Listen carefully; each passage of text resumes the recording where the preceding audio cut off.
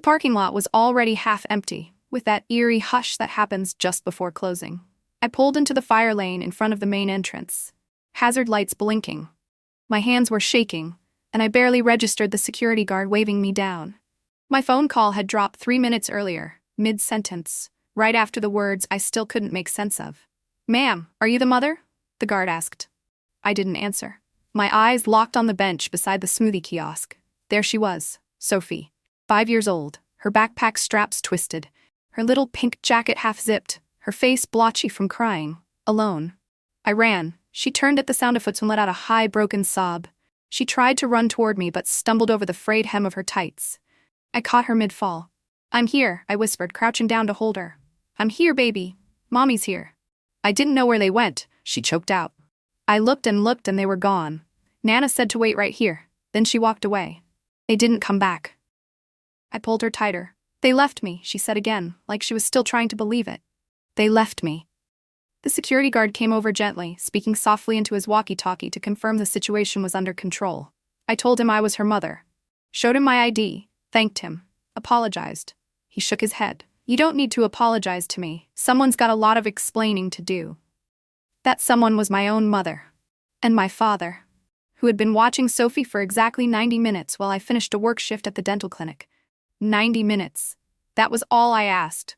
They'd offered, in fact. Volunteered to take her shopping while I saw my last patient. It wasn't a rare thing.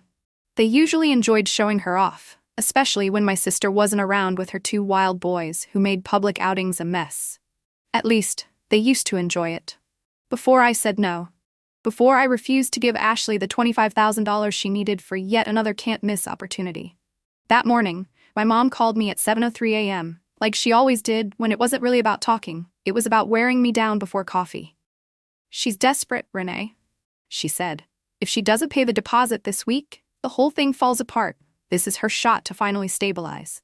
"Stabilize what exactly?" I asked. "She has no business plan. She's still living off borrowed rent. You want me to lend her more money when I'm barely covering Sophie's aftercare? It's not about you," she snapped. "It's about family." "That's the problem," I said. "It's always about family when I'm the one writing the check." That had been the last real conversation we had, until now. Until they left my child at a public mall out of spite. I buckled Sophie into her booster seat with trembling hands, kissed her forehead, and gave her my old stuffed bunny to hold. "Are we going home?" she asked. "Yeah, baby. We are." She was asleep by the time we pulled onto the freeway. My phone buzzed just as I passed the exit for 84th. It was Dad. I stared at the screen until it went dark. Then I turned off the ringer.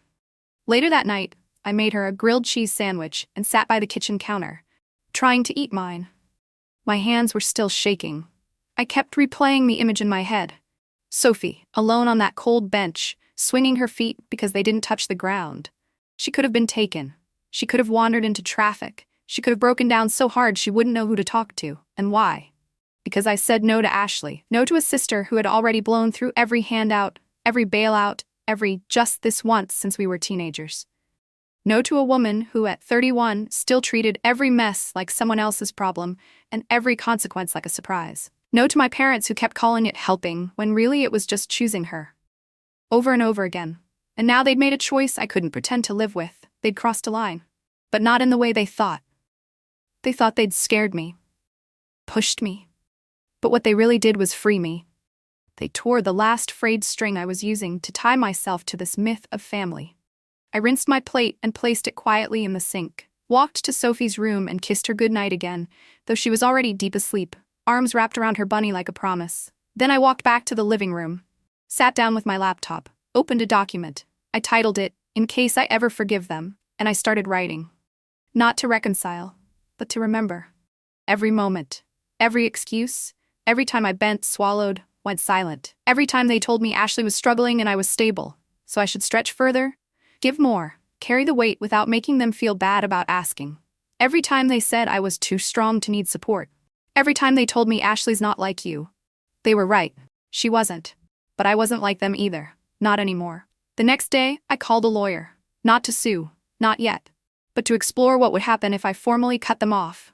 I wanted to know my rights, Sophie's rights, the consequences of establishing a cease and desist for non-emergency contact. And then I called my therapist, who answered on the first ring. And when I told her what had happened, she went completely still for a long moment. Then she said, "Renee, this was not a lapse in judgment. This was an act of psychological violence." And I believed her. For the first time in my life, I didn't argue. I didn't explain. I let the truth just sit there, unfolding like a letter I should have opened years ago. My name is Renee Collins. I'm 34 years old. I work as a dental hygienist in a small but busy practice in Tacoma, Washington. I live in a rented duplex with my daughter Sophie and a quiet back porch where I like to drink chamomile tea once she's asleep. My life isn't glamorous, but it's safe. Or at least, I thought it was. Growing up, I thought I had a pretty normal family. We weren't rich, but we were comfortable. Dad's word. He worked in logistics, Mom worked part-time at a school, and full-time keeping Ashley's disasters under wraps. Ashley is 3 years younger than me. From the time she could string a sentence together, she had a way of making everyone rearrange their emotions around her moods. She failed 2 grades in high school, but somehow still ended up with a new car before I did. She wrecked it within 6 months, and they gave her a second one. I bought my own, used, 15 years old, after 3 summers at Dairy Queen and saving every birthday dollar I'd ever been handed. I was what Mom called the reliable one. It wasn't praise, it was a tool. Renee will understand. Renee can handle it. Renee doesn't need as much. She said these things with affection, like they were compliments. I nodded for years, believing they were. It wasn't until Sophie was born that I understood what they really meant. Renee will endure. Renee won't fight back. Renee will bleed quietly and apologize for staining the floor. When I got pregnant, I was 29. The father, Miles, took off somewhere around week 9, said he wasn't built for domesticity. I wasn't surprised. What surprised me was how quickly my parents stepped in. They were helpful at first, supportive even. Bought a crib, painted the second bedroom in my old apartment while I was still working. Mom babysat twice a week when I went back to work full-time. It felt like maybe, finally, I was getting to be the child who got taken care of. Then Ashley moved back in. She was 27, already on her 3rd startup idea and 2nd eviction notice. She hadn't worked a regular job in years, said she was built for vision, not routine. I had just come off a 12-hour shift when I got the call. "Your sister needs a place to stay," Mom said, skipping pleasantries. "It's just temporary." I didn't argue. I was still in that phase, post-birth, post-breakup, post-hope, where I was too tired to fight. That temporary stay turned into 14 months. 14 months of Ashley sleeping until noon, working on a pitch deck from the couch, and stealing Sophie's baby formula when she couldn't get out in time to buy her own almond milk. I paid for everything. Groceries. Gas. One time, even her cell phone bill, because she couldn't afford to lose contacts during launch week. And my parents praised me. "You're keeping the family together. You're being the big sister. You're so strong, Renee." I started to hate the word strong. It didn't mean resilient. It meant exploitable. When Ashley finally moved out, she left behind an unpaid electric bill in my name and a half-eaten bag of Cheetos in Sophie's toy bin. That was the last straw for me. I stopped offering, stopped saying yes just to keep the peace, which in my family felt like declaring war. 2 months before the mall incident, Ashley asked for a $10,000 bridge loan to buy into a local juice franchise. I said no. 2 weeks later, she called crying, said she needed $25,000 to salvage the whole project. I said no again. My mother didn't speak to me for 6 days. When she did, it wasn't a conversation. "You're punishing her for not being you," she said, "and it's cruel." I laughed. It was the kind of laugh that surprises you when it escapes, the kind that tastes like old hurt coming up like smoke. "She's not being punished," I said. "She's being told no, and it's the first time in 30 years she's ever heard it." That's what made them snap. That's what turned my strong into selfish. That's what made them decide I needed to be reminded who controlled the narrative. They didn't hurt Sophie because they stopped loving her. They hurt Sophie because they never really saw her as separate from me. To them, she was an extension of me, a consequence, a softness, a tool. So when they left her crying on a mall bench, it wasn't a mistake. It was a warning. And that was the day I decided I would never let them near her again.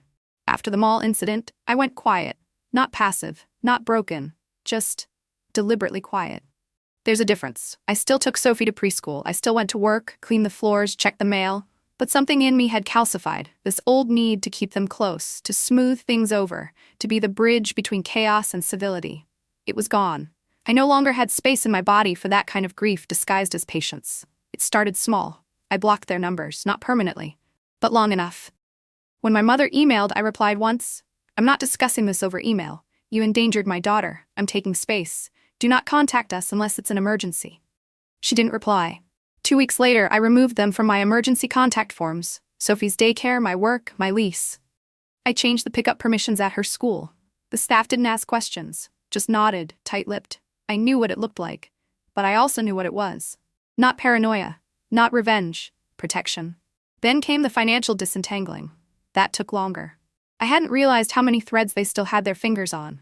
Not money directly, but arrangements, shared accounts, obligations they'd slipped in under the radar of familiarity. My dad had helped me set up my Roth IRA years ago.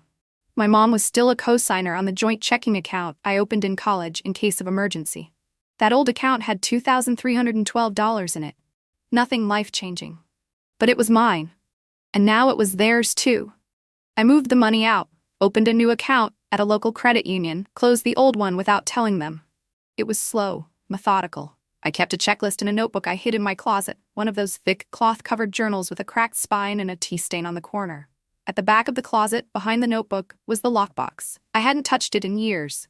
It was a gift from my grandmother. She gave it to me when I turned 15, back when she still lived in the old peach-colored condo and kept candy in her sweater pockets. "This is for your private things," she said, handing me the tiny key on a ribbon. "Keep your power in it." I used to store poems, notes, sometimes money. I stopped using it when I got older. Forgot about it. But that week, after Sophie fell asleep one night, I pulled it out and opened it. Inside were a few old ID cards, a ring I'd almost pawned once, and a folded piece of paper. Faintly yellow, handwritten in blue ink. "Family trust account, provisional clause summary." I blinked. I had forgotten all about it. Back in 2014, after my grandmother passed, there had been talk of a small trust she'd set up for her grandchildren. But my mother said it wasn't significant, and was better left in the family's name for tax reasons. She never mentioned it again, and I never asked. But now, holding that paper, reading the clause that stated assets are to be divided equally among named beneficiaries upon reaching age 30. Distribution cannot be reassigned or altered without consent of all parties.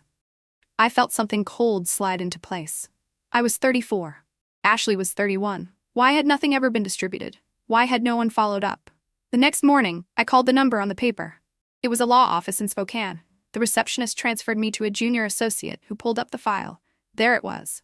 My name, Ashley's name, 2 other cousins, 4 beneficiaries, equal shares. The account was still open, untouched. "Wait," I said, holding my breath. "There's been no disbursement?" "No, ma'am. The account administrator, your mother, never filed the release documents. It's just been sitting here, accruing interest." "Can I get a copy of that?" "Absolutely. Would you like it mailed or emailed?" I chose both. The email arrived 20 minutes later. $146,322.73. Divided 4 ways, that was over $36,000 per person, and not a cent had been mentioned, not a whisper. I knew exactly what had happened. My mother had sat on it, hidden it, probably convinced herself it was just being managed for now. And I had spent the last 5 years rationing childcare and buying Sophie's shoes off clearance racks while my parents pretended they were tapped out.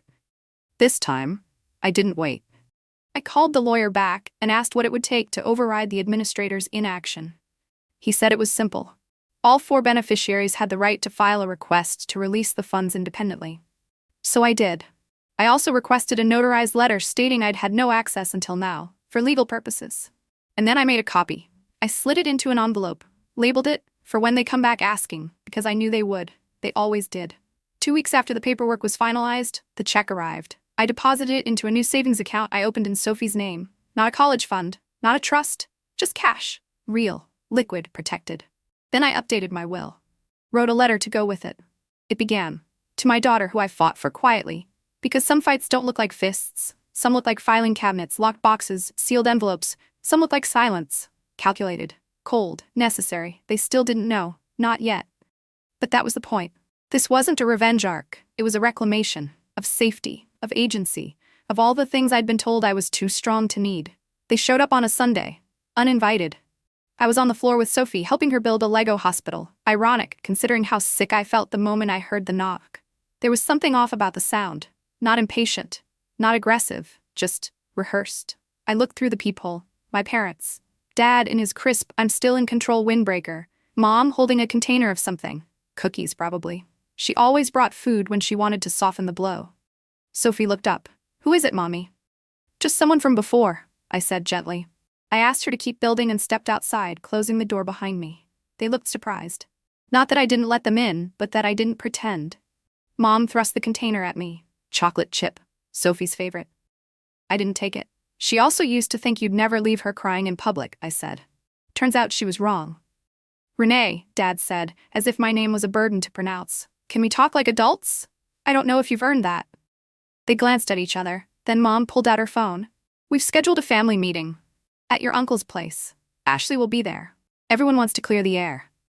I almost laughed. Ashley, the woman who asked me for 25 grand and hasn't said a single word to me since? She's going through a rough patch, Mom said. Her funding didn't come through. The whole project collapsed. She's devastated.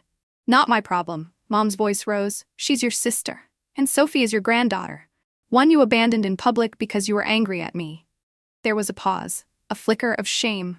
Dad stepped in. We know we crossed a line. We came here because we want to move forward. Forward looks like accountability, I said. Not manipulation. He stiffened. You always make things so dramatic. And you always make things disappear, I said, crossing my arms. Like that family trust you forgot to mention. That made them both go still. You knew? Mom said slowly. I was one of the listed beneficiaries. Of course I knew. Eventually. We were going to tell you, she said too quickly. When? After Ashley finished her 4th failed business? After you decided how much you thought I deserved? They didn't answer. I released my share, I said flatly. It's in Sophie's name now. Every cent. So don't come here with cookies and guilt. I've built a wall you don't get to walk through anymore. Mom finally broke. Her voice cracked. We're not the villains you make us out to be. No, I said. You're the parents I spent 30 years excusing. And I turned to go back inside. They didn't show up at the family meeting without me. They held it anyway. I heard about it 2 days later from Valerie, my one cousin who always seemed to hover just outside the blast radius. They think you're punishing them, she said. Ashley said you're trying to make her suffer. I stayed silent. Valerie hesitated. Are you? I paused, then said no. I'm making sure she never gets the chance again. They kept trying. Emails, a letter, even a voicemail from Ashley, which started with, I know we've had our differences, but, and ended with, I just want things to go back to normal. But normal was what broke me. Normal was what almost got my child hurt. So I drafted a cease and desist, had it notarized, sent copies to all 3 of them, Mom, Dad, Ashley. The letter was formal, cold, and airtight. You are not to contact me or my daughter unless through legal counsel or in the event of medical emergency. Do not come to my home. Do not show up at her school. Do not use third parties to reach us. I included a line at the end, 1 sentence only. This is not anger. This is protection. They never responded. And I knew what that silence meant. It meant they finally believed me. It was quiet for nearly 3 months. No knocks, no emails, no accidental run-ins at Sophie's school. Just the kind of silence I'd always wished for in the middle of chaos. But peace like that has its own tension. You don't trust it at first. You wait for it to rupture. The rupture came in the form of a text. From Ashley. Just 1 line. I really need your help. Please, Renee. I stared at it for a full minute, thumb hovering over the screen, not because I considered replying, but because I was marveling at how little she had changed. Still no acknowledgement, no apology, just expectation. Sophie was in the living room, stacking dominoes on the coffee table. She glanced over, then grinned when they toppled. I locked the phone and put it face down. A week later, I got a letter in the mail. Handwritten. It was from my mother. The envelope was thick, as if she thought more words would tip the scale back in her favor. She opened with, I don't know how we got here. And I thought, I do. The letter went on for pages, no mention of the mall, no admission about the trust, just vague regret, careful language. A chorus of, we never meant to hurt you and this family has been through so much. Then the ask, Ashley was sick, not passing away, not hospitalized, just going through a really hard time. The latest venture had failed. She was behind on rent, facing legal action from a former business partner. Apparently, she'd borrowed money from a predatory lender, using part of her share of the trust as collateral. And now, they wanted more.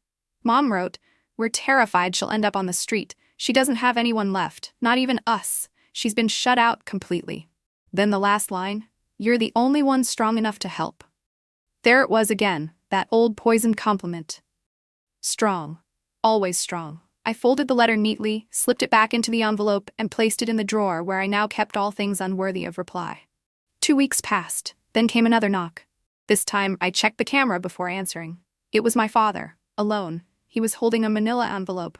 I opened the door just a crack. The chain was still on. He looked older, not just in the way people age, but in the way people hollow out when they've run out of justifications. "I'm not here to argue," he said. "I just want to give you this." He held up the envelope. "What is it?" He hesitated. "Ashley's leaving town, moving in with a friend in Idaho. We sold her car. She wanted you to have these papers, photos, stuff she didn't want to keep. She couldn't mail it? She's embarrassed." "Not enough," he nodded. "I know." I closed the door, unlatched the chain, then opened it fully. Not for him. For the closure. He handed me the envelope and said, "I know you think we failed, and we did. I'm sorry." I looked him in the eye. "That's the first time you've said that." "I know," he said. Then he turned and left. I waited until Sophie was asleep before opening the envelope. Inside were old Polaroids, birthday cards, drawings Sophie had made years ago, ones I hadn't realized were missing. Then a letter. From Ashley. It wasn't long. It didn't beg. It said, "I don't know how to be the person you are. I always thought you were cold. Now I think maybe you were just trying to survive us. I don't blame you for not helping. I don't deserve it." There was no return address, no number. Just that. I sat with it, not crying, not raging, just sitting. Because forgiveness isn't always something you give. Sometimes it's something you let go of needing. A year passed. Then 2. I filed for a legal name change, just mine. I didn't want to carry the surname anymore. I kept Sophie's the same until she was old enough to choose. We moved. Not far. Just enough.